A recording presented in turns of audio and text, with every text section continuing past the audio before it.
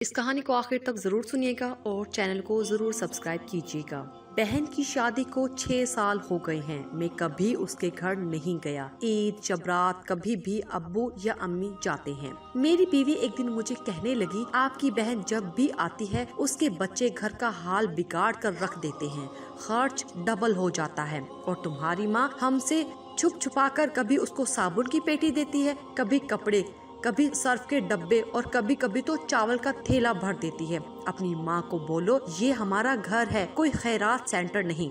मुझे बहुत गुस्सा आया। मैं मुश्किल से खर्च पूरा कर रहा हूँ और माँ सब कुछ बहन को दे देती है। बहन एक दिन घर आई हुई थी, उसके बेटे ने टीवी का रिमोट तोड़ दिया। मैं माँ से गुस्से में कह रहा था, माँ बहन को बोलो यहाँ ईद पे आया करे बस, और ये जो आप साबुन सर्फ और चावल का थैला भर कर देती है ना, इसको बंद करें सब। माँ चुप रही, लेकिन बहन ने सारी बातें सुन ली थी। मेरी बहन कुछ ना बोली। 4 बज रहे थे। अपने बच्चों को तैयार किया और कहने लगी, भाई मुझे बस स्टॉप तक छोड़ आओ। मैंने झूठे मुंह कहा रह लेती कुछ दिन, लेकिन वो मुस्कुराई, नहीं भाई बच्चों की छुट्टियां खत्म होने वाली हैं। फिर जब हम दोनों भाइयों में जमीन का बंटवारा हो रहा था तो मैंने साफ इनकार किया, भाई मैं अपनी जमीन से बहन को हिस्सा नहीं दूंगा। बहन सामने बैठी थी, वो खामोश थी, कुछ ना बोली। माँ ने कहा, बेटी का भी हक बनता है, लेकिन मैंने गाली देकर कहा, कुछ भी हो जाए मैं बहन को हिस्सा नहीं दूंगा। मेरी बीवी भी बहन को बुरा भला कहने लगी। वो बेचारी खामोश थी।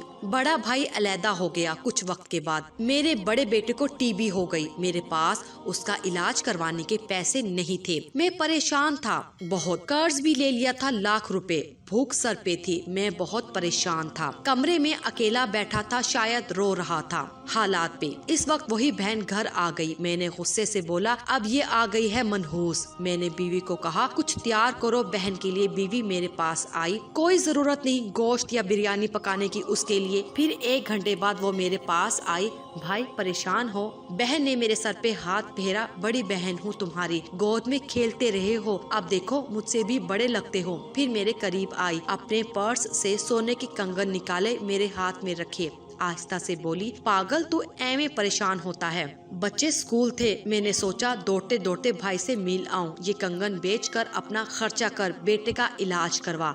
शक्ल तो देख जरा, क्या हालत बना रखी है तुमने। मैं खामोश था, बहन की तरफ देखे जा रहा था। वो आहिस्ता से बोली, किसी को ना बताना कंगन के बारे में तुमको, मेरी कसम है। मेरे माथे पे बोसा किया और 1000 रुपए मुझे दिया, जो 150 के नोट थे, शायद उसकी जमा पूंजी थी। मेरी जेब में डालकर बोली, बच्चों को गोश्त ला देना, परेशान ना हुआ कर। जल्दी से अपना हाथ मेरे सर पे रखा, देखा देख तुम्हारे बाल सफेद हो गए। वो जल्दी से जाने लगी। उसके पैरों की तरफ मैंने देखा, टूटी हुई जूती पहनी थी, पुराना सा दुपट्टा ओढ़ा हुआ था। जब भी आती थी वही दुपट्टा ओढ़ कर आती। बहन की इस मोहब्बत में मर गया था। हम भाई कितने मतलब प्रस्त होते हैं, बहनों को पल भर में बेगाना कर देते हैं, और बहनें भाइयों का जरा सा दुख बर्दाश्त नहीं कर सकती। वो हाथ में कंगन पकड़े जोर जोर से रो रहा था। उसके साथ मेरी आंखें भी नम थी। अपने घर में खुदा जाने कितने दुख सह रही होती हैं। कुछ लम्हे बहनों के पास बैठकर हाल पूछ लिया करें,